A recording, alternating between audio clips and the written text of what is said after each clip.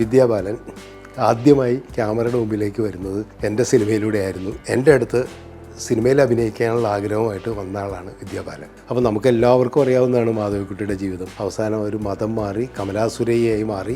ആദ്യമേ എൻ്റെ മനസ്സിലേക്ക് കയറി വന്ന വിദ്യാബാലൻ തന്നെയാണ്. ഷൂട്ടിംഗ് തുടങ്ങാൻ ഒരു 6 ദിവസം മുൻപുള്ളപ്പോഴാണ് പെട്ടെന്ന് വിദ്യാബാലൻ്റെ ഒരു ഫോൺ. അപ്പോൾ അവരെന്നോട് പറഞ്ഞ് ഐ എം വെരി സോറി, ചില പ്രശ്നങ്ങളുണ്ട്, എനിക്ക് ഈ സിനിമ ചെയ്യാൻ പറ്റില്ല എന്ന് പറഞ്ഞു. ഒരുപക്ഷെ സിനിമാ ജീവിതത്തിൽ മനസ്സിലൊരു പോറലായിട്ട് ഇന്ന് നിൽക്കുന്ന ഒരു അനുഭവം മഞ്ജുവിന് കുറച്ച് ഡൗട്ടുകളൊക്കെ ഉണ്ടായിരുന്നു. പ്രത്യേകിച്ചും മാധവിക്കുട്ടി എന്ന് പറയുമ്പോൾ എല്ലാവരും ഭയപ്പെടുന്ന ഒരു കുറച്ച് എക്സ്പോസ് ചെയ്യേണ്ടി വരും. നമ്മൾ എക്സ്പോസ് ചെയ്യേണ്ട കാര്യങ്ങളൊന്നും നമ്മൾ സിനിമയിൽ കൊണ്ടുവരാൻ ഉദ്ദേശിക്കുന്നുമില്ല. ഇതിനിടയിൽ ദിലീപിന് ഒരു ആക്സിഡൻറ്റ് പറ്റി. ദിലീപിൻ്റെ കൈ പ്ലാസ്റ്റർ ഇട്ട് ഷൂട്ടിംഗ് ബ്രേക്ക് ചെയ്യേണ്ടി വന്നു. മഞ്ജുവിനെ മാധവിക്കുട്ടിയായിട്ട് ആക്സെപ്റ്റ് ചെയ്യാനായിട്ട് കുറേ പേർക്കെങ്കിലും കുറച്ച് ബുദ്ധിമുട്ടുണ്ടായി എന്നുള്ളതാണ് എനിക്ക് മനസ്സിലാക്കാൻ കഴിഞ്ഞ ഒരു കാര്യം.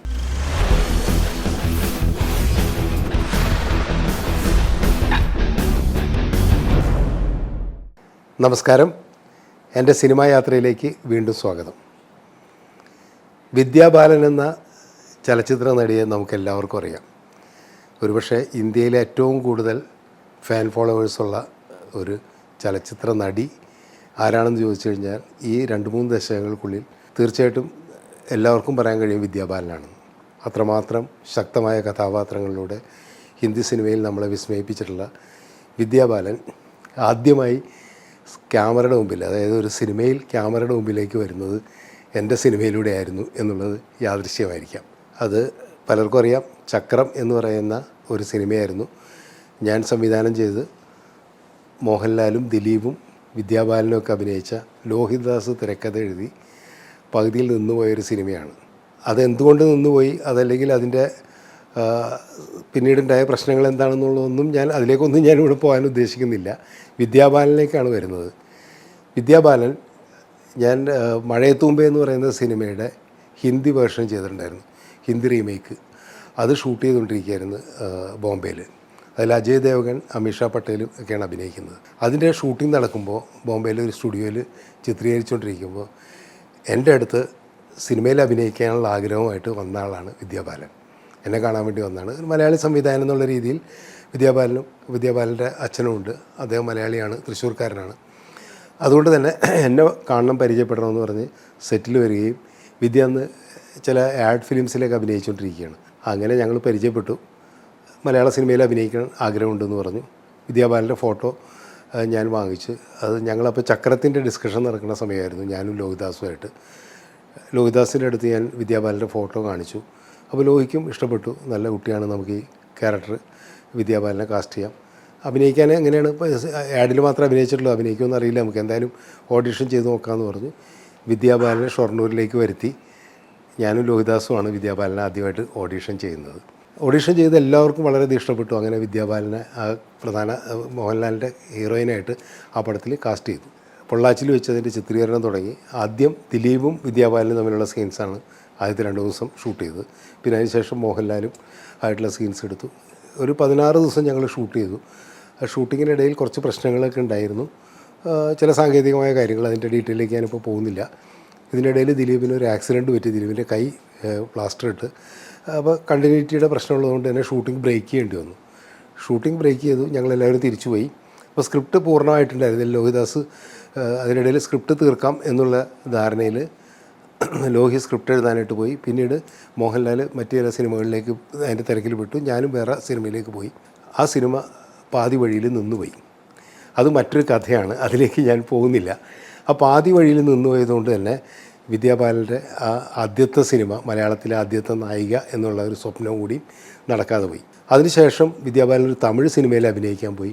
മറ്റെന്തോ ഒരു സാങ്കേതിക കാരണത്താൽ ആ സിനിമയും മുടങ്ങിപ്പോയി. അതും വലിയൊരു വിഷമമായിട്ട് അവർക്ക് വിദ്യാബാലനുണ്ടായിരുന്നു. അപ്പോൾ ഇടയ്ക്കിടയ്ക്ക് എന്നെ ഫോണിലൊന്ന് കോൺടാക്റ്റ് ചെയ്യുമായിരുന്നു. അപ്പോൾ ആദ്യത്തെ മലയാള സിനിമ മുടങ്ങിപ്പോയി, ആദ്യത്തെ തമിഴ് സിനിമയും മുടങ്ങിപ്പോയി. അതിനുശേഷം ഒരു മലയാള സിനിമയിൽ മുകേഷിൻ്റെ നായികയായിട്ട് അഭിനയിക്കാൻ വേണ്ടി ഒരു സംവിധായകൻ വിളിക്കുകയും അതെങ്ങനെയുണ്ട്, എന്തായിരിക്കും പടം എന്നൊക്കെ അറിയാൻ വേണ്ടിയിട്ട് എന്നെ വിളിച്ച് ചോദിക്കുകയൊക്കെ ചെയ്തിരുന്നു വിദ്യാബാലനാണ്. അതും എന്തോ കാരണത്താൽ മുടങ്ങിപ്പോയി. അങ്ങനെ അഭിനയിക്കാൻ വിചാരിച്ച പടങ്ങളെല്ലാം മുടങ്ങിപ്പോകുന്ന രീതിയിൽ വളരെ വിഷമിച്ച് വിദ്യാബാലൻ കഴിഞ്ഞ ഒരു കാലത്താണ് യാദൃശ്യമായിട്ട് ഒരു ഹിന്ദി സിനിമയിൽ ഓഫർ വന്നു. വലിയൊരു ക്യാരക്ടറായിരുന്നു, വളരെ പോപ്പുലറായ ഒരു സിനിമയാണ്. ആ സിനിമയിലൂടെ, ഒറ്റ സിനിമയിലൂടെ തന്നെ വിദ്യാബാലൻ ഹിന്ദിയിലെ വലിയ നായികയായിട്ട് മാറി. അതും ചരിത്രമാണ്, നമുക്ക് എല്ലാവർക്കും അറിയാം. പിന്നീട് ഒരുപാട് മികച്ച കഥാപാത്രങ്ങളിലൂടെ ഇന്ത്യയിലെ മുഴുവൻ പ്രേക്ഷകരുടെയും പ്രിയപ്പെട്ട നടിയായിട്ട് വിദ്യാബാലൻ മാറി. അങ്ങനെ വിദ്യാബാലൻ വളരെ ടോപ്പിൽ നിൽക്കുന്ന ഒരു സമയത്തും ഞങ്ങൾ തമ്മിലുള്ള വല്ലപ്പോഴുള്ള കമ്മ്യൂണിക്കേഷൻ അപ്പോഴും തുടർന്നുകൊണ്ടിരുന്നു.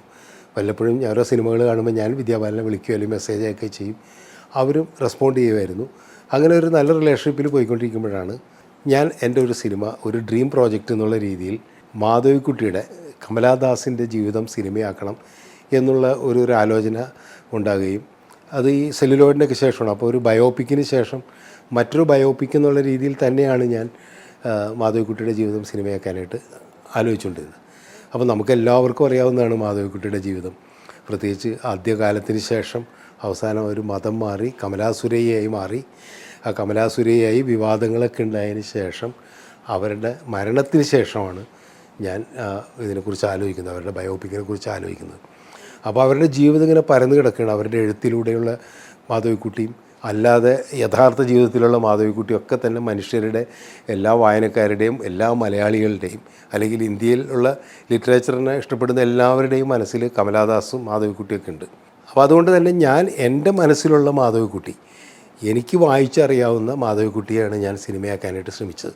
അപ്പോൾ ഞാൻ എൻ്റെ റിസർച്ചിൻ്റെ ഭാഗമായിട്ട് 2-3 വർഷം അതിനു വേണ്ടിയിട്ട് മാധവിക്കുട്ടിയെ വീണ്ടും പൂർണ്ണമായിട്ട് വായിക്കുകയും അവരുടെ എല്ലാ പുസ്തകങ്ങളും വീണ്ടും വായിക്കുകയും എൻ്റെ കഥ അടക്കമുള്ള എല്ലാം വായിക്കുകയും എനിക്ക് ആവശ്യമുള്ള മെറ്റീരിയൽസ് ഞാൻ കൂടുതലായിട്ട് ഫോക്കസ് ചെയ്യാനായിട്ട് ശ്രമിച്ച അവരുടെ യഥാർത്ഥ ജീവിതമാണ്. എൻ്റെ കഥയിലെ മാധവിക്കുട്ടിയേക്കാളും എൻ്റെ കഥ എഴുതിയ മാധവിക്കുട്ടിയെ, യഥാർത്ഥ ജീവിതത്തിലെ മാധവിക്കുട്ടിയാണ് ഞാൻ സ്ക്രീൻ പ്ലേയിലൂടെ പറയാനായിട്ട് ശ്രമിച്ചിട്ടുള്ളത്. അപ്പോൾ ഞാനതിൻ്റെ പ്രോപ്പർ വേയിലൂടെ തന്നെയാണ് പോയത്. ഞാൻ ആദ്യം മാധവിക്കുട്ടിയുടെ മക്കളുമായിട്ട് ബന്ധപ്പെട്ടു. ഏറ്റവും ഇളയ മകൻ ജയസൂര്യ, അദ്ദേഹത്തിൻ്റെയിലായിരുന്നു കംപ്ലീറ്റ് റൈറ്റ്സ് ഉണ്ടായിരുന്നത്. അദ്ദേഹമായിട്ട് ബന്ധപ്പെട്ടു, റൈറ്റ്സ് വാങ്ങിച്ചു. മാധവിക്കുട്ടിയുടെ ബയോപിക്ക് സിനിമയാക്കുന്നുള്ള രീതിയിൽ അവരിൽ നിന്ന് റൈറ്റ്സ് വാങ്ങിച്ചു. എൻ്റെ കഥയിലുള്ള ചില ഭാഗങ്ങൾ ഈ സിനിമയിൽ ഉൾപ്പെടുത്തേണ്ടതുണ്ട്, അവരുടെ ജീവിതമായിട്ട് ബന്ധപ്പെട്ട ചില കാര്യങ്ങൾ അതിൽ ഉൾപ്പെടുത്തേണ്ടതുകൊണ്ട് തന്നെ അതും അതിനോടനുബന്ധമായിട്ടുള്ള നിർമ്മാതളം പൂത്തകാലം പോലുള്ള കഥകളുടെയും എല്ലാം കൂടി ചേർന്നുള്ള റൈറ്റ്സ് ഞാൻ വാങ്ങിക്കുകയും 3 മക്കളുമായിട്ട് ഞാൻ സംസാരിക്കുകയും മാധവിക്കുട്ടിയുടെ ഇളയ സഹോദരിയുണ്ട് സുലോചന നാലപ്പാട്ട്, അവരുമായിട്ട് കുറേ ദിവസങ്ങളോളം ഞാൻ ഡിസ്കസ് ചെയ്ത് അവരുടെയും ചില നിർദ്ദേശങ്ങളൊക്കെ ഉൾക്കൊള്ളിച്ചുകൊണ്ടാണ് ഞാൻ സ്ക്രീൻ പ്ലേ പൂർത്തിയാക്കിയത്. സ്ക്രീൻ പ്ലേ പൂർത്തിയാക്കി ഞാൻ സുലോചന നാലപ്പാട്ടായിട്ട് ആ സ്ക്രിപ്റ്റും പൂർണ്ണമായിട്ട് വായിച്ചു. ജയസൂര്യ മകനും ഫുൾ സ്ക്രിപ്റ്റ് വായിക്കാൻ കൊടുത്തു. അങ്ങനെ എല്ലാവരുടെയും അവരുടെയൊക്കെ കുടുംബാംഗങ്ങളുടെയൊക്കെ ഒരു താല്പര്യത്തോടു കൂടി തന്നെയാണ് സ്ക്രീൻ പ്ലേ പൂർത്തിയാക്കുന്നത്. അപ്പോൾ അന്ന് എൻ്റെ മനസ്സിൽ മാധവിക്കുട്ടിയായിട്ട് ഈ വിദ്യാബാലൻ തന്നെയായിരുന്നു. അതാണ് ഞാൻ വിദ്യാബാലൻ്റെ കഥ ആദ്യം പറഞ്ഞത്. ആദ്യമേ എൻ്റെ മനസ്സിലേക്ക് കയറി വന്ന വിദ്യാബാലൻ തന്നെയാണ്. ഞാൻ ആ സമയത്ത് തന്നെ ചില ഇൻ്റർവ്യൂവിൽ വിദ്യാബാലനായിരിക്കും നായിക എന്ന് പറയുകയും ചെയ്തിരുന്നു. ഞാൻ വിദ്യാബാലനായിട്ട് ബന്ധപ്പെട്ടു. വിദ്യാബാലനായിട്ട് ആദ്യം ഫോണിൽ ബന്ധപ്പെട്ടു. ഞാൻ ബോംബെയിൽ വന്ന് കാണാമെന്ന് പറഞ്ഞു. ഞാൻ അവരെ അടുത്ത് പോയി നേരിട്ട് കണ്ടു, അവരോട് സംസാരിച്ചു. അവർ വളരെ എക്സൈറ്റഡ് ആയിരുന്നു. കാരണം കുറേ കാലത്തിന് ശേഷം ഞങ്ങൾ തമ്മിൽ നേരിട്ട് കണ്ട് സംസാരിക്കുന്നു. വീണ്ടും ഒരു സിനിമയായിട്ട് ഞാൻ അവരെ അവരുടെ അടുത്ത് ചെല്ലുന്നു. ക്യാരക്ടർ പറഞ്ഞു, അതിൽ സ്ക്രീൻ പ്ലേ പറഞ്ഞു. സ്ക്രീൻ പ്ലേ ഫുള്ളായിട്ട് ഇംഗ്ലീഷിൽ ഞാൻ അതിൻ്റെ കോപ്പി കൊടുത്തു അവർക്ക്. മലയാളം ഡയലോഗ്സ് അവർക്ക് തന്നെ ഡബ് ചെയ്യണമെന്നുള്ളൊരു വലിയ ആഗ്രഹമുണ്ട്. അപ്പോൾ ഞാൻ പറഞ്ഞ് ഭയങ്കര ആക്സെൻ്റൊക്കെ വലിയ പ്രശ്നമാണ്. കമലാസുരയ്യ മാധവിക്കുട്ടി സംസാരിക്കുന്ന രീതി പ്രത്യേകമുള്ള നമുക്ക് എല്ലാവർക്കും അറിയാവുന്നതാണല്ലോ. അത് സംസാരിക്കാൻ കുറച്ച് പാടായിരിക്കും, എന്നാലും അവർ പഠിച്ച് അത് ഞാൻ പറയാം എന്ന് പറഞ്ഞ് അതിനു വേണ്ടി ബോംബെയിൽ മലയാളം അറിയാവുന്ന അവരൊരു ആർട്ടിസ്റ്റ് കൂടിയാണ്. അവരെ നിങ്ങൾക്ക് സിനിമയിലൂടെയൊക്കെ പരിചയമുണ്ട്, ഞാൻ അവരുടെ പേര് പറയുന്നില്ല ഇപ്പോൾ. അവരെ ഞാൻ കണ്ടു. അവർ പറഞ്ഞ് ഞാൻ വിദ്യാബാലന് ഈ സ്ക്രിപ്റ്റ് ഫുള്ളായിട്ട് പറഞ്ഞു കൊടുത്തോളാം, ഡയലോഗ്സ് വിദ്യാബാലനെ പഠിപ്പിച്ചോളാം. ഏകദേശം ഒരു 1.5 മാസത്തോളം അവർ ബോംബെയിൽ സെറ്റിൽഡ് ആയിട്ടുള്ളൊരു ആർട്ടിസ്റ്റാണ്. മലയാള സിനിമയിലും സീരിയലിലൊക്കെ അഭിനയിക്കുന്നുണ്ട്. അവരാണ് വിദ്യാബാലൻ്റെ വീട്ടിൽ പോയിട്ട് അവർക്ക് ഫുൾ ഡയലോഗ്സ് ഒക്കെ പറഞ്ഞു കൊടുക്കുകയും സ്ക്രിപ്റ്റ് അവരെ പഠിപ്പിക്കുകയൊക്കെ ചെയ്തു. വളരെ ഹാപ്പി ആയിരുന്നു അവർ. അതിനുവേണ്ടി ഞങ്ങൾ ഫോട്ടോഷൂട്ട് ചെയ്തു. വിദ്യാബാലൻ കമലാസുരയ്യയുടെ വേഷം ഇട്ടിട്ട്, ഈ പർദ്ദയൊക്കെ ഇട്ടിട്ടുള്ള ആ വേഷം ഇട്ടിട്ടും അല്ലാതെ ഞങ്ങൾ ഫോട്ടോഷൂട്ട് ചെയ്തൊക്കെ ചെയ്തു. കാര്യങ്ങളെല്ലാം മൂവ് ചെയ്ത് ഷൂട്ടിംഗ് തുടങ്ങാനായിട്ട് ഒരാഴ്ച മാത്രമേ ഉള്ളൂ. അതിനു മുമ്പ് എല്ലാ കാര്യങ്ങളും തീരുമാനിച്ചു. സെറ്റ് ഇട്ട് ഞങ്ങളുടെ ഷൊർണൂരൊക്കെ അതിന് വേണ്ടിയിട്ട് സെറ്റ്, മാധവിക്കുട്ടിയുടെ നാലാപ്പാട്ട് വീടൊക്കെ ഞങ്ങൾ വേറൊരു വീട് കണ്ട് അതുപോലത്തെ സ്റ്റൈലിലൊക്കെ ചെയ്ത് എല്ലാ വർക്കുകളും നടന്നുകൊണ്ടിരിക്കുക. ഇതിനിടയിൽ മ്യൂസിക്, അതിലെ പാട്ടുകൾ, മലയാളം പാട്ടുകൾ ചെയ്തത് എം ജയേന്ദ്രനാണ് സംഗീതം ചെയ്തത്. അത് ലിറിക്ക് എഴുതിയത് റഫീഖ് അഹമ്മദാണ്. അതിൻ്റെ 2 ഹിന്ദി ഗസൽസ് ഉണ്ടായിരുന്നു. അതിൽ വളരെ മനോഹരമായ 2 ഗസൽസ് ആയിരുന്നു. ആ ഗസൽസ് അതിന് ലിറിക്ക് എഴുതിയത് ഗുൽസാറാണ്. ഗുൽസാറിനെ വെച്ചിട്ടൊരു പാട്ട് എഴുതിക്കാന്ന് പറയുന്നത് അത് തന്നെ വലിയ സന്തോഷവും ഒരു ഭാഗ്യമായിട്ട് തന്നെയാണ് ഞാൻ കണക്കാക്കുന്നത്. അതുപോലെ അതിന് മ്യൂസിക് ചെയ്തത്, ആ ഗസൽസിന് മ്യൂസിക് ചെയ്തത് സാക്കിർ ഹുസൈൻ്റെ ബ്രദറാണ്, തൗഫീഖ് ഖുറേഷി എന്ന് പറഞ്ഞിട്ട്. അദ്ദേഹം മ്യൂസിക് ഡയറക്ടറാണ്, തബല പ്ലെയറാണ് അദ്ദേഹം. എല്ലാ മ്യൂസിക് ഇൻസ്ട്രുമെൻസും ചെയ്യും. നല്ലൊരു മനുഷ്യനാണ് അദ്ദേഹം. ഗസൽസിൽ വളരെ ഇതായിട്ടുള്ള അദ്ദേഹത്തിൻ്റെ വളരെ പോപ്പുലറായിട്ടുള്ള കമ്പോസിങ് ഉണ്ട് ഗസൽസൊക്കെ. അപ്പോൾ അദ്ദേഹമാണ് തൗഫീഖ് ഖുറേഷിയാണ് അതിൻ്റെ മ്യൂസിക് ചെയ്തത്. ഗുൽസാറാണ് പാട്ട് എഴുതിയത്. ഞാൻ ഗുൽസാറിലേക്ക് എത്തിയത് റസൂൽ പൂക്കുട്ടി വഴിയാണ്. അപ്പോൾ റസൂൽ പൂക്കുട്ടി ഓസ്കാർ വിന്നറാണ്, ഗുൽസാർ സാറും ഓസ്കാർ വിന്നറാണ്. അപ്പോൾ ആ ഒരു ബന്ധവും കൂടിയൊക്കെ ഉണ്ടാവും. വളരെയധികം താല്പര്യത്തോടുകൂടിയാണ് ഗുൽസാർ, പ്രത്യേകിച്ചും കമലാദാസിൻ്റെ ബയോപിക്കാണെന്ന് പറഞ്ഞു കഴിഞ്ഞപ്പോൾ അദ്ദേഹത്തിന് മാധവിക്കുട്ടിയായിട്ട് നല്ല വ്യക്തിബന്ധമുണ്ടായിരുന്നു. ബോംബെയിൽ പണ്ട് മാധവിക്കുട്ടി താമസിച്ച കാലത്തും അതിന് ശേഷമൊക്കെ തന്നെ പലതവണ ഗുൽസാർ മാധവിക്കുട്ടിയെ കാണുകയും സംസാരിക്കുകയൊക്കെ ചെയ്തിട്ടുണ്ട്. പല ഈ ലിറ്ററേച്ചർ ഫെസ്റ്റിവലിലേക്ക് ഇവർ ഒരുമിച്ച് പങ്കെടുക്കുകയൊക്കെ ചെയ്തിട്ടുള്ള കാര്യങ്ങളൊക്കെ ഗുൽസാർ എന്നോട് പറയുകയും ചെയ്തു. അപ്പോൾ ഞാനതിൻ്റെ ട്രീറ്റ്മെൻറ്റ് കാര്യങ്ങളൊക്കെ പറഞ്ഞു, സിറ്റുവേഷനൊക്കെ കംപ്ലീറ്റ് ഇംഗ്ലീഷിൽ എഴുതി കൊടുത്ത് അദ്ദേഹത്തിന് അതിൻ്റെ സ്ക്രിപ്റ്റിൻ്റെ ഇംഗ്ലീഷ് വെർഷൻ എല്ലാം കൊടുത്തിട്ടാണ് അദ്ദേഹം ലിറിക്ക് എഴുതിയത്. ഞാൻ നാട്ടിലേക്ക് വന്നിട്ട് എൻ്റെ ഫോൺ നമ്പർ വാങ്ങിച്ച് എന്നെ വിളിച്ച് ചില ഡൗട്ടുകളൊക്കെ പറഞ്ഞ് അങ്ങനെ എഴുതിയ വരികൾ എന്നെ ഫോണിൽ കൂടി വായിച്ച് കേൾപ്പിക്കുകയൊക്കെ ചെയ്ത എനിക്ക് തന്നെ അത്ഭുതമായിരുന്നു. ഗുൽസാറിനെ പോലെ ഇതേപോലെ ഒരു വലിയ മനുഷ്യൻ എന്നെ ഫോണിൽ വിളിച്ചിട്ട് ലിറിക്ക് പറഞ്ഞു തരാമെന്നൊക്കെ പറഞ്ഞു കഴിഞ്ഞാൽ എനിക്ക് കിട്ടിയിട്ടുള്ള ഏറ്റവും വലിയൊരു ഭാഗ്യമായിട്ടാണ് ഞാൻ കാണുന്നത്. അതിൻ്റെ റെക്കോർഡിങ്ങൊക്കെ അവിടെ തന്നെയായിരുന്നു, ബോംബെ തന്നെയായിരുന്നു. അങ്ങനെ റെക്കോർഡിംഗ് എല്ലാം കഴിഞ്ഞു. അതിനുശേഷമാണ് ഈ സെറ്റ് വർക്ക് എല്ലാം കഴിഞ്ഞ് ഷൂട്ടിംഗ് തുടങ്ങാൻ ഒരു 6 ദിവസം മുൻപുള്ളപ്പോഴാണ് പെട്ടെന്ന് വിദ്യാബാലൻ്റെ ഒരു ഫോൺ വരുന്നത്. ആദ്യം മാനേജറാണ് എന്നെ വിളിക്കുന്നത്. വിദ്യാബാലൻ്റെ ചെറിയൊരു പ്രശ്നമുണ്ട്, ഷൂട്ടിംഗ് ചിലപ്പോൾ ഒന്ന് മാറ്റി വെക്കേണ്ടി വരും, വിദ്യാബാലന് കുറച്ച് പ്രശ്നങ്ങളുണ്ടെന്ന് പറഞ്ഞു. ഇത് വിദ്യാബാലൻ്റെ ഫാദറിനായിട്ട് സംസാരിക്കാൻ പറഞ്ഞു എന്നോട്. അങ്ങനെ ഞാൻ ഫാദറിനെ വിളിച്ചു കഴിഞ്ഞപ്പോൾ ഫാദർ പറഞ്ഞു, വിദ്യക്ക് സിനിമയിൽ അഭിനയിക്കാൻ ചെറിയൊരു ബുദ്ധിമുട്ടുണ്ട്. അങ്ങനെ വല്ലാത്തൊരു ടെൻഷനായിപ്പോയി. കാരണം ഷൂട്ടിംഗ് തുടങ്ങാൻ 5-6 ദിവസം മുമ്പുള്ളപ്പോഴാണ്. എന്താ കാര്യം എന്ന് പറയുന്നുമില്ല. അങ്ങനെ ഞാൻ പിറ്റേ ദിവസം വിദ്യാബാലനെ വിളിച്ചു, എനിക്ക് സംസാരിച്ചേ പറ്റൂ എന്ന് പറഞ്ഞ് വിദ്യാബാലനെ കിട്ടി. അപ്പോൾ അവരെന്നോട് പറഞ്ഞ് ഐ എം വെരി സോറി, ചില പ്രശ്നങ്ങളുണ്ട്, എനിക്ക് ഈ സിനിമ ചെയ്യാൻ പറ്റില്ല എന്ന് പറഞ്ഞു. അപ്പോൾ ഞാൻ ആ ഷോക്കായിപ്പോയി, എന്താണ് കാരണം എന്ന് പറയുന്നില്ല. അപ്പോൾ ഞാൻ പറഞ്ഞു, ഞാൻ നാളെ ബോംബെയിലേക്ക് വരാം, നേരിട്ട് കണ്ട് സംസാരിക്കാം, നമുക്ക് എന്താ വെച്ചാൽ തീരുമാനിക്കാമെന്ന് പറഞ്ഞു. അങ്ങനെ ഞാൻ ബോംബെയിൽ വന്നു. ഞാൻ റസൂൽ പൂക്കുട്ടിയെ വിളിച്ചു, റസൂലിയുടെ കാര്യം പറഞ്ഞു. റസൂൽ പറഞ്ഞ് ഞാൻ കൂടെ വരാമെന്ന് പറഞ്ഞ് ഞങ്ങൾ രണ്ടുപേരും കൂടി വിദ്യാബാലൻ്റെ വീട്ടിൽ പോയി സംസാരിച്ചു. അവർ കൃത്യമായൊരു മറുപടി പറയുന്നില്ല എന്നുള്ളതാണ്. എനിക്ക് സ്ക്രിപ്റ്റിൽ കുറച്ച് ഡൗട്ടുകളുണ്ടെന്ന് ആദ്യം എന്നോട് പറഞ്ഞു. ഞാൻ പറഞ്ഞു, സ്ക്രിപ്റ്റിൽ ഡൗട്ട് ഉണ്ടെങ്കിൽ തീർച്ചയായിട്ടും എന്താണെന്ന് വെച്ച് കഴിഞ്ഞാൽ നമുക്കത് കേൾക്കാം, ഞാനത് മാറ്റം വരുത്തണമെങ്കിൽ മാറ്റം വരുത്താം, ഒരു പ്രശ്നമില്ല എന്ന് പറഞ്ഞു. അല്ല, അത് പെട്ടെന്ന് എനിക്ക് പറയാൻ പറ്റില്ല എന്ന് പറഞ്ഞു. ഞാൻ പറഞ്ഞു, എന്താണ് നിങ്ങൾക്ക് സ്ക്രിപ്റ്റിൽ പ്രശ്നം തോന്നിയത്? അല്ല, മാധവിക്കുട്ടിയുടെ ജീവിതം സിനിമയാക്കുമ്പോൾ കുറച്ച് കോൺട്രവേഴ്ഷ്യൽ സാധനങ്ങളുണ്ടല്ലോ. ഞാൻ പറഞ്ഞു, കോൺട്രവേഴ്ഷ്യൽ സാധനങ്ങളുണ്ട്, തീർച്ചയായിട്ടും ഉണ്ട്, അത് കോൺട്രവേഴ്ഷ്യൽ തന്നെയാണ്. അത് അവരുടെ ജീവിതം തന്നെ വലിയൊരു കോൺട്രവേഴ്ഷ്യൽ ആയിട്ടുള്ള ഒരു ലൈഫ് നയിച്ചിട്ടുള്ളൊരു ആളുടെ ജീവിതം സിനിമയാക്കുമ്പോൾ എന്തായാലും ഉണ്ടാവുമല്ലോ അത്. അല്ല, അതെങ്ങനെയാണ് ഡീൽ ചെയ്യണമെന്ന് ചോദിച്ചാൽ ഞാൻ പറഞ്ഞു, അതിപ്പോൾ ഞാൻ സ്ക്രിപ്റ്റിൽ തന്നല്ലേ, ഞാൻ സ്ക്രിപ്റ്റിൻ്റെ ഇംഗ്ലീഷ് വേർഷനും മലയാളം വേർഷനും വരെ കൊടുത്തിട്ടുണ്ടായിരുന്നു. അല്ല, എനിക്കതൊന്നുകൂടി ഒന്ന് ആലോചിക്കണം എന്ന് പറഞ്ഞു. അപ്പോൾ റസൂൽ പറഞ്ഞു നമുക്ക് സ്ക്രിപ്റ്റ് വീണ്ടും വായിക്കാം എന്ന് പറഞ്ഞ് ഞങ്ങൾ അങ്ങനെയുള്ള പോർഷൻസ് മുഴുവൻ വീണ്ടും അവിടെ ഇരുന്നിട്ട് വായിച്ചു. അവർ വീട്ടിൽ വെച്ചിട്ടാണ് ഫുള്ളായിട്ട് ഞങ്ങളിരുന്ന് വായിച്ചു. അപ്പോഴൊന്നും ഒന്നും പറഞ്ഞില്ല. ഞാൻ സാറിനെ വിളിക്കാമെന്ന് പറഞ്ഞു. നെക്സ്റ്റ് ഡേ എനിക്ക് മെസ്സേജ് വന്നാണ് അവരുടെ, ഐ എം സോറി എന്ന് പറഞ്ഞിട്ട്, എനിക്ക് തൽക്കാലം ഇപ്പോൾ അത് ചെയ്യാൻ പറ്റില്ല എന്ന് പറഞ്ഞിട്ട്. എന്താണ് റീസൺ എന്ന് ഇപ്പോഴും എനിക്ക് കൃത്യമായിട്ട് അറിയില്ല എന്നുള്ളതാണ്. പക്ഷേ ഞാൻ മനസ്സിലാക്കുന്നത് തീർച്ചയായിട്ടും ആ സമയത്തുണ്ടായിരുന്ന ചില പൊളിറ്റിക്കൽ ഇഷ്യൂസ് തന്നെയായിരിക്കാം. ഞാൻ ആ സമയത്ത് ചലച്ചിത്ര അക്കാദമി ചെയർമാനാണ്. ഞാൻ ചലച്ചിത്ര അക്കാദമിയായിട്ട് ബന്ധപ്പെട്ടിട്ട് കുറച്ച് പൊളിറ്റിക്കലായിട്ടുള്ള ചില ഇഷ്യൂസ് ഉണ്ടായിരുന്നു അന്ന്. ആ സമയത്ത് ചിലപ്പോൾ നിങ്ങളൊക്കെ കേട്ട് കാണും, നാഷണൽ ആന്തമൊക്കെ ആയിട്ട് ബന്ധപ്പെട്ടിട്ട് ഒരു വിവാദമൊക്കെ ഉണ്ടായ സമയത്താണ് ഈ സിനിമ പ്ലാൻ ചെയ്യുന്നതും ഈ ഒരു ഇഷ്യൂലേക്ക് പോകുന്നു. വ്യക്തമായ കാരണം എനിക്ക് ഇപ്പോഴും അറിയില്ല. ഒരുപക്ഷെ വിദ്യാബാലന് മാത്രം അറിയുന്നൊരു രഹസ്യമായിരിക്കും അത്. അവർ ലാസ്റ്റ് മിനിറ്റിൽ ആ പടത്തിൽ നിന്ന് പിന്മാറുകയാണ് ചെയ്തത്. എൻ്റെ മുമ്പിൽ പെട്ടെന്നൊരു ശൂന്യതയായിരുന്നു ഉണ്ടായിരുന്നത്. കാരണം നിർമ്മാതാവ് ഒരു പുതിയ നിർമ്മാതാവാണ്, റാഫേൽ എന്ന് പറഞ്ഞിട്ട് ഇരിഞ്ഞാലക്കുടയുള്ള എൻ്റെ ഒരു സുഹൃത്താണ്, നല്ലൊരു മനുഷ്യനാണ്. അദ്ദേഹത്തിനെ സംബന്ധിച്ചോളം എന്നെ വെച്ചൊരു സിനിമ ചെയ്യാന്നുള്ളതായിരുന്നു അദ്ദേഹത്തിൻ്റെ ഏറ്റവും വലിയൊരു ഡ്രീം. അതിന് വേണ്ടിയിട്ട് സിനിമ എടുക്കാൻ വന്ന ആളാണ് റാഫേലും രണ്ടുപേരും. റോച്ചൻ്റെ നാട്ടുകാരൻ തന്നെയാണ്, കൊടുങ്ങല്ലൂർക്കാരൻ തന്നെ. ഇവർ രണ്ടുപേരും സുഹൃത്തുക്കളാണ്. അവർ രണ്ടുപേരാണ് ഇതിൻ്റെ പ്രൊഡ്യൂസേഴ്സ്. അപ്പോൾ അവരെ സംബന്ധിച്ചോളം വലിയൊരു ഇൻവെസ്റ്റ്മെൻറ്റ് ഓൾറെഡി നടത്തി കഴിഞ്ഞു. വിദ്യാബാലന് വലിയൊരു തുക അഡ്വാൻസ് കൊടുത്തു, പക്ഷേ അത് അവർ തിരിച്ചു കൊടുത്തു. പക്ഷേ ബാക്കിയുള്ള കാര്യങ്ങൾക്കൊക്കെ ഒരുപാട് തുക ചിലവാക്കിയുണ്ട്. വലിയ ബഡ്ജറ്റ് ആവുന്ന ഒരു സിനിമ ആയതുകൊണ്ട് തന്നെ അതിൽ നിന്ന് ബാക്ക് ഔട്ട് ചെയ്യാന്ന് പറയുന്നത് അത്ര എളുപ്പമുള്ള കാര്യമില്ല. എന്നെ സംബന്ധിച്ചോളം അതും വലിയൊരു വല്ലാത്ത വിഷമം ഉണ്ടാക്കുന്ന ഒരു കാര്യമാണ്. അപ്പോൾ അടുത്തത് എന്തെന്നുള്ളൊരു ചോദ്യമാണ്. കുറേ ഹീറോയിൻസിൻ്റെ കാര്യം നമ്മൾ നോക്കി. ഞാൻ സത്യത്തിൽ കുറച്ച് എന്താ പറയുക രൂപസാദൃശ്യമൊക്കെ ഉള്ള ഒരാളെ ആരെങ്കിലും അഭിനയിപ്പിക്കണമെന്നുള്ളതിന് വേണ്ടി കുറേ ശ്രമങ്ങളൊക്കെ നടത്തി. പക്ഷേ പ്രൊഡ്യൂസേഴ്സിൻ്റെ ഭാഗത്തുനിന്നും എല്ലാവരുടെ ഭാഗത്തുനിന്നും ഒരു ഇത് വന്നു കഴിഞ്ഞപ്പോൾ എൻ്റെയും ഒരു കോൺഫിഡൻസ് തന്നെയായിരുന്നു. ഞങ്ങൾ മഞ്ജു വാര്യരിലേക്കാണ് എത്തിയത്. ഞാൻ മഞ്ജുവിനെ വിളിച്ചു. മഞ്ജുവിനെ ആദ്യം എല്ലാം അറിയാം. വിദ്യാബാലൻ അഭിനയിക്കാൻ പോണ കാര്യങ്ങളൊക്കെ ന്യൂസിലേക്ക് അറിഞ്ഞിട്ടുണ്ടായിരുന്നു. വിദ്യാബാലൻ പിന്മാറി എന്നുള്ളത് അവർക്ക് അറിയില്ലായിരുന്നു. അപ്പോൾ ഞാൻ ഈ സംഭവം പറഞ്ഞു, ഇങ്ങനെയാണ് കാര്യം എന്ന് പറഞ്ഞപ്പോൾ അവർക്ക് ആദ്യം കുറേ സംശയങ്ങളായിരുന്നു, എന്തുകൊണ്ട് വിദ്യാബാലൻ പിന്മാറി എന്നൊക്കെ പറഞ്ഞു. പിന്നെ ഞാൻ പറഞ്ഞു നമുക്ക് നേരിട്ട് സംസാരിക്കാമെന്ന് പറഞ്ഞു. ഞാൻ മഞ്ജുവിനെ കണ്ടു. ഞാൻ പറഞ്ഞു പിന്മാറിയതിൻ്റെ കാരണം ഇതുമായിട്ട് ബന്ധപ്പെട്ടിട്ടൊന്നുമല്ല, ക്യാരക്ടറുമായിട്ട് ബന്ധപ്പെട്ടിട്ടല്ല, മറ്റു ചില ബാഹ്യമായിട്ടുള്ള പ്രശ്നങ്ങളാണ്. അത് തികച്ചും പൊളിറ്റിക്കലായിരിക്കാമെന്ന് ഞാൻ വിചാരിക്കുന്നു.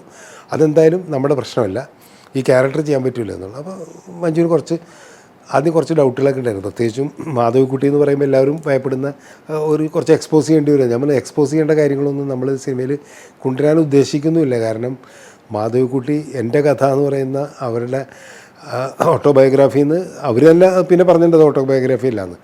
ആ സംഭവത്തിലുള്ള സാധനങ്ങൾ കുറേ ഇമാജിനേഷനാണ്. ആ ഇമാജിനേഷനായിട്ട് തന്നെയാണ് നമ്മൾ സിനിമയിലും കാണിക്കാൻ പോണത്. അപ്പോൾ മറ്റൊന്നും നമ്മളതിൽ കാണിക്കാൻ പറ്റില്ല. ഈ ക്യാരക്ടർ ആവാൻ പറ്റുമോ മഞ്ജുവിന് എന്ന് പറഞ്ഞിട്ട് ആദ്യം കുറേ സംശയങ്ങളുണ്ടായിരുന്നു മഞ്ജുവിന്. ഒന്നാമത് രൂപം മാധവിക്കുട്ടിയുടെ അവസാന കാലത്തൊക്കെ അവർ കുറച്ചും കൂടി ഫാറ്റി ആയിരുന്നല്ലോ.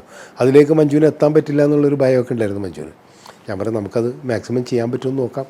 ഒരു കാര്യം എനിക്ക് ഉറപ്പായിരുന്നു, കാരണം മഞ്ജു എന്ത് കാര്യവും എന്താ പറയുക നമ്മൾ പറഞ്ഞു കൊടുക്കുന്ന അതേപോലെ മനസ്സിലാക്കുകയും അത് മാക്സിമം അവരുടെ ഭാഗത്തു നിന്ന് ഒരു ഔട്ട്പുട്ട് തരാൻ ശ്രമിക്കുന്ന ഒരു ആർട്ടിസ്റ്റാണ്. അപ്പോൾ അതുകൊണ്ട് മഞ്ജു മാക്സിമം നന്നായിട്ട് അത് ചെയ്യും എന്നുള്ളൊരു കോൺഫിഡൻസ് ഉണ്ടായിരുന്നു. അവസാനം മഞ്ജു അതിന് റെഡിയാവുകയും ചെയ്തു. അങ്ങനെയാണ് നമ്മളതിൻ്റെ ഷൂട്ടിംഗ് തുടങ്ങുന്നത്. മഞ്ജു വാര്യർ മാധവിക്കുട്ടിയായിട്ട് വരുന്നു. മറ്റ് കാസ്റ്റ് എല്ലാം അതുപോലെ തന്നെയായിരുന്നു. ഞങ്ങൾ എന്താണ് ആദ്യം പ്ലാൻ ചെയ്തത് അതൊക്കെ തന്നെയാണ്. മുരളി ഗോപി മാധവിക്കുട്ടിയുടെ ഹസ്ബൻഡായിട്ട് മാധവദാസായിട്ട് മുരളി ഗോപിയാണ് ആദ്യം കാസ്റ്റ് ചെയ്തത്. അത് വന്നു. മറ്റേ ഗസൽ സിംഗറായിട്ട് വരുന്ന ക്യാരക്ടർ അത് അനൂപ് മേനോനാണ് ലാസ്റ്റ് ഉള്ള ക്യാരക്ടർ ചെയ്തത്. മറ്റ് ക്യാരക്ടേഴ്സൊക്കെ തന്നെ ആ സിനിമ കണ്ടിട്ടുള്ള എല്ലാവർക്കും അറിയാവുന്നതാണ്. അതേ കാസ്റ്റ് തന്നെയായിരുന്നു. അതിൻ്റെ അകത്ത് യാതൊരു മാറ്റങ്ങളും വരുത്തിയിട്ടില്ല. ലൊക്കേഷനും അത് തന്നെ, ഞങ്ങൾ ഇതായിരുന്നു ആ സെറ്റ് അങ്ങനെ നിലനിർത്തി. പിന്നെ 2 മാസം കഴിഞ്ഞിട്ടാണ് ഷൂട്ടിംഗ് തുടങ്ങിയത്. അതൊക്കെ വീണ്ടും അതേപോലെ തന്നെ വീണ്ടും സെറ്റിട്ടിട്ടാണ് ചിത്രീകരിച്ചത്. അതിന് കുറേ നഷ്ടങ്ങൾ വന്നു. സാമ്പത്തികമായിട്ട് കാരണം രണ്ടാമതൊക്കെ ഷൂട്ട് ചെയ്യേണ്ടി വന്നു, കുറേ കാര്യങ്ങൾ മാറ്റേണ്ടി വരുന്നു. അങ്ങനെതായ ചില പ്രശ്നമുണ്ടായിരുന്നു. മധു നീലകണ്ഠനായിരുന്നു അതിൻ്റെ ഫോട്ടോഗ്രാഫി. മധുവിൻ്റെ നല്ല വർക്കായിരുന്നു അതിൻ്റെ അകത്ത്. RR ചെയ്തത് ബിജുബാലാണ്. ബിജുബാലിന് ആ വർഷത്തെ ബെസ്റ്റ് മ്യൂസിക് ഡയറക്ടർക്കുള്ള RRനുള്ള അവാർഡൊക്കെ കിട്ടുകയും ചെയ്തു. അപ്പം ഞാൻ മനസ്സിലെന്താണ് സിനിമയിൽ ഉദ്ദേശിച്ചത് അത് ആ സിനിമയിൽ വന്നിട്ടുണ്ട് എന്നുള്ളത് തന്നെയാണ് ഞാൻ വിശ്വസിക്കുന്നത്. പക്ഷേ സിനിമ വന്നു കഴിഞ്ഞപ്പോൾ ആദ്യം വിദ്യാബാലൻ അഭിനയിക്കുന്ന ഒരു സിനിമ എന്നുള്ള രീതിയിൽ അത്രയും പബ്ലിസിറ്റിയൊക്കെ വന്നതിന് ശേഷം പെട്ടെന്ന് മഞ്ജു വാര്യറിലേക്ക് മാറിയതുകൊണ്ടായിരിക്കാം മഞ്ജുവിനെ മാധവിക്കുട്ടിയായിട്ട് ആക്സെപ്റ്റ് ചെയ്യാനായിട്ട് കുറേ പേർക്കെങ്കിലും കുറച്ച് ബുദ്ധിമുട്ടുണ്ടായി എന്നുള്ളതാണ് ആദ്യത്തെ ദിവസങ്ങളിൽ നിന്നുള്ള ഫീഡ്ബാക്കിൽ നിന്ന് എനിക്ക് മനസ്സിലാക്കാൻ കഴിഞ്ഞ ഒരു കാര്യം. അതുകൊണ്ട് തന്നെ അവർക്ക് മാധവിക്കുട്ടിയെ ഉൾക്കൊള്ളാൻ പറ്റുന്നില്ല. ഞങ്ങൾ മനസ്സിലുദ്ദേശിച്ച കമല സുരയ്യ ഇതല്ല, അല്ലെങ്കിൽ മാധവിക്കുട്ടി ഇതല്ല എന്ന് കുറേ പ്രത്യേകിച്ചും ഈ സ്ത്രീകളുണ്ട്, കുറച്ച് ബുദ്ധിജീവിയായിട്ടുള്ള സ്ത്രീകളൊക്കെ അങ്ങനെ ഒരു കുറ്റമായിട്ടാണ് എൻ്റെ അടുത്ത് പറഞ്ഞത്. ഞാനപ്പോൾ അവരോട് പറഞ്ഞൊരു കാര്യമുണ്ട്, നിങ്ങളുടെ മനസ്സിലുള്ള മാധവിക്കുട്ടി എന്ന് പറഞ്ഞാൽ തീർച്ചയായിട്ടും അത് എൻ്റെ കഥയിൽ അവരെഴുതി വെച്ചിട്ടുള്ള മാധവിക്കുട്ടിയാണ്. ഞാൻ പറയാൻ ശ്രമിച്ചത് ഞാൻ ആദ്യം പറഞ്ഞ പോലെ തന്നെ എൻ്റെ കഥ എഴുതിയ മാധവിക്കുട്ടിയാണ്, എൻ്റെ കഥയിലെ മാധവിക്കുട്ടിയല്ല. ഇത് തമ്മിൽ വ്യത്യാസമുണ്ട്. അവരുടെ ജീവിതത്തിൽ അവരൊരു സാധാരണ രീതിയിൽ ചിന്തിക്കുന്ന ഒരു സാധാരണ സ്ത്രീയായിട്ടുള്ള ഒരു വേർഷൻ അവർക്കുണ്ട്. ആ വേർഷൻ ഒഴിവാക്കിയിട്ട് നമുക്ക് മാധവിക്കുട്ടിയെ സിനിമയിൽ കാണിക്കാൻ പറ്റില്ല. അതുകൊണ്ടാണ് മാധവദാസിനെ സ്നേഹിക്കുന്നതിനോടൊപ്പം തന്നെ മാധവദാസിൽ നിന്ന് മാക്സിമം ചിലപ്പോഴെങ്കിലും അകലാൻ അവർ ശ്രമിക്കുന്നതൊക്കെ ഉണ്ട്. അതൊക്കെ ആ സിനിമയിൽ നമ്മൾ പറയാൻ ശ്രമിച്ചിട്ടുണ്ട്. അത് അവർ എഴുതുന്ന പോലെ നമുക്ക് സിനിമയിലേക്ക് സ്ക്രീനിൽ നമുക്ക് അവതരിപ്പിക്കാനായിട്ട് പറ്റില്ല. കാരണം വെച്ചാൽ രണ്ടും രണ്ട് മീഡിയമാണ്. ഇതാണ് സിനിമയും എഴുത്തും തമ്മിലുള്ള വ്യത്യാസം. പലപ്പോഴും പലരും അത് ഉൾക്കൊള്ളാറില്ല എന്നാണ് എനിക്ക് തോന്നുന്നത്. അപ്പം എൻ്റെ കഥ വായിച്ചിട്ട് അത് മനസ്സിൽ കയറ്റിയിട്ടുള്ള കുറേ ആൾക്കാർ അങ്ങനെയാണ് മാധവിക്കുട്ടി എന്ന് വിചാരിക്കുമ്പോൾ എനിക്ക് അവരോടൊന്നും പറയാനില്ല. കാരണം എൻ്റെ മനസ്സിൽ എനിക്ക് കൺവിൻസിങ് ആയിട്ടുള്ള മാധവിക്കുട്ടിയാണ് ഞാൻ അതിൽ സിനിമയിൽ അവതരിപ്പിച്ചിട്ടുള്ളത്. മറ്റൊന്ന് വിവാദമായിട്ടുള്ള പ്രശ്നങ്ങളാണ്. കമല സുരയ്യ അതിന് ശേഷം ഒരു വലിയ ബോംബ് പൊട്ടും എന്ന് ഇവിടെ പലരും വിചാരിച്ചു ആ സിനിമ വരുമ്പോൾ. പക്ഷെ അങ്ങനെയുള്ള കാര്യങ്ങളൊന്നും ആൾക്കാരിലേക്ക് വലിയ ഇഷ്യൂ ഇല്ലാണ്ട് ഒരുവിധം ആരെയും ആ രീതിയിൽ നോവിക്കാത്ത രീതിയിലേക്ക് നമുക്ക് സിനിമയിലൂടെ പറയാൻ ശ്രമിച്ചു. പക്ഷേ കൺവിൻസിങ് ആവുന്ന രീതിയിൽ തന്നെയാണ്. ഒരു പക്ഷേ ഒരു പരിധി വരെയും യാഥാർത്ഥ്യത്തോട് അടുത്ത് നിൽക്കുന്ന കാര്യങ്ങളാണ് ഞാൻ ആ സിനിമയിലൂടെ കമലാസുരയ്യായി മാറിയ ആ പോർഷനിൽ അവതരിപ്പിച്ചിട്ടുള്ളത്. അത് കമലാസുരയ്യയുടെ വീട്ടുകാർക്ക് വ്യക്തമായ ബോധ്യമുണ്ട്. ഇന്നും മാധവിക്കുട്ടിയുടെ മക്കൾ ജീവിച്ചിരിപ്പുണ്ട്. അവരൊക്കെ തന്നെ അത് ബോധ്യപ്പെട്ട കാര്യമാണ്. സിനിമ കണ്ടു അവരൊക്കെ ബോധ്യപ്പെട്ട കാര്യമാണ്. അപ്പോൾ എന്നെ സംബന്ധിച്ചുള്ള ആമി എന്ന് പറയുന്നത് മാധവിക്കുട്ടിയുടെ സിനിമ ജീവിതം അടയാളപ്പെടുത്താനായിട്ട് ഒരു സിനിമ എന്നുള്ള രീതിയിൽ അത് ഇപ്പോഴും ആ രീതിയിൽ രേഖപ്പെടുത്തിയിട്ടുണ്ട് എന്ന് തന്നെയാണ് ഞാൻ വിശ്വസിക്കുന്നത്. അത് തീർച്ചയായിട്ടും കുറേ കാലം കഴിഞ്ഞ് കഴിഞ്ഞാൽ ജനങ്ങളുടെ മനസ്സിലേക്ക് ആ സിനിമ ഉണ്ടാകും, മനസ്സിലേക്ക് ഉണ്ടാകും. മാധവിക്കുട്ടി ഞാൻ സെല്ലുലോയിഡിൽ എങ്ങനെയാണ് ജെ.സി. ഡാനിയലിനെ അടയാളപ്പെടുത്തിയത് അതുപോലെ തന്നെ ഒരു പരിധിവരെയും മാധവിക്കുട്ടിയെ എനിക്ക് അടയാളപ്പെടുത്താൻ പറ്റിയിട്ടുണ്ട് ആമിയിലൂടെ എന്ന് തന്നെയാണ് ഞാൻ വിശ്വസിക്കുന്നത്. പക്ഷെ ഒരു സാഹിത്യത്തിൽ കണ്ട ഒരു സാഹിത്യവുമായിട്ട് അല്ലെങ്കിൽ എഴുത്തിലൂടെ പരിചയപ്പെട്ട ഒരു മാധവിക്കുട്ടിയെ നമുക്ക് വെള്ളിത്തിരയിൽ പ്രതീക്ഷിച്ചിട്ടുണ്ടെങ്കിൽ അത് അവരുടെ കുഴപ്പമാണെന്ന് എനിക്ക് പറയാൻ പറ്റുള്ളൂ. കാരണം എൻ്റെ മനസ്സിലുള്ള മാധവിക്കുട്ടിയല്ലേ എനിക്ക് എക്സ്പ്രസ് ചെയ്യാൻ പറ്റുള്ളൂ എന്നുള്ളതാണ് എനിക്ക് അതിൻ്റെ അൾട്ടിമേറ്റായിട്ട് ആമിയെക്കുറിച്ച് പറയാനുള്ളത്. പക്ഷേ എൻ്റെ ഒരു വിഷമം ഞാൻ ആദ്യം പറഞ്ഞു തുടങ്ങിയതിലേക്ക് എത്തിയാൽ വിദ്യാബാലനെ ആദ്യമായിട്ട് ക്യാമറയുടെ മുമ്പിലേക്ക് കൊണ്ടുവന്ന് അവരെ വെച്ചിട്ട് ആദ്യമായിട്ട് സിനിമ അഭിനയിപ്പിക്കാൻ ഒരു നിമിത്തമായ എനിക്ക് വിദ്യാബാലനെ വെച്ചിട്ട് ഈ ചക്രവും പൂർത്തിയാക്കാൻ കഴിഞ്ഞില്ല, ആമി ചെയ്യാനും കഴിഞ്ഞില്ല എന്നുള്ളത് ഏറ്റവും വലിയ ഒരു വേദനയാണ്. ഒരുപക്ഷെ സിനിമാ ജീവിതത്തിൽ മനസ്സിലൊരു പോറലായിട്ട് ഇന്ന് നിൽക്കുന്ന ഒരു അനുഭവം വിദ്യാബാലൻ എൻ്റെ സംവിധാനത്തിൽ ഒരു സിനിമയിൽ അഭിനയിച്ചില്ല എന്നുള്ളത് തന്നെയാണ്. അതൊരു വേദനയാണ്. അതുകൊണ്ട് തന്നെ ഇപ്പം അതിനുശേഷം ഞാനും വിദ്യാബാലനും തമ്മിൽ ഒരു കോണ്ടാക്റ്റ് ഉണ്ടായിട്ടില്ല. എവിടെയോ ഒരു വേദന എൻ്റെ മനസ്സിലുണ്ട്. ഒരുപക്ഷെ ഒരു തെറ്റിദ്ധാരണ അവരുടെ ഉള്ളിലുണ്ടായിട്ടുണ്ടാവും. അതെന്താണെന്ന് ചോദിച്ചു കഴിഞ്ഞാൽ എനിക്കിപ്പോൾ പറയാനറിയില്ല. എന്തായാലും അതൊരു നഷ്ടമായിട്ടും ഒരു നോവായിട്ടും ഞാനിപ്പോഴും കൊണ്ടു നടക്കുകയാണ്. വിദ്യാബാലനെ എൻ്റെ ക്യാമറയുടെ മുമ്പിലേക്ക് കൊണ്ടുവരാൻ എനിക്ക് കഴിഞ്ഞില്ല എന്നുള്ള നഷ്ടം.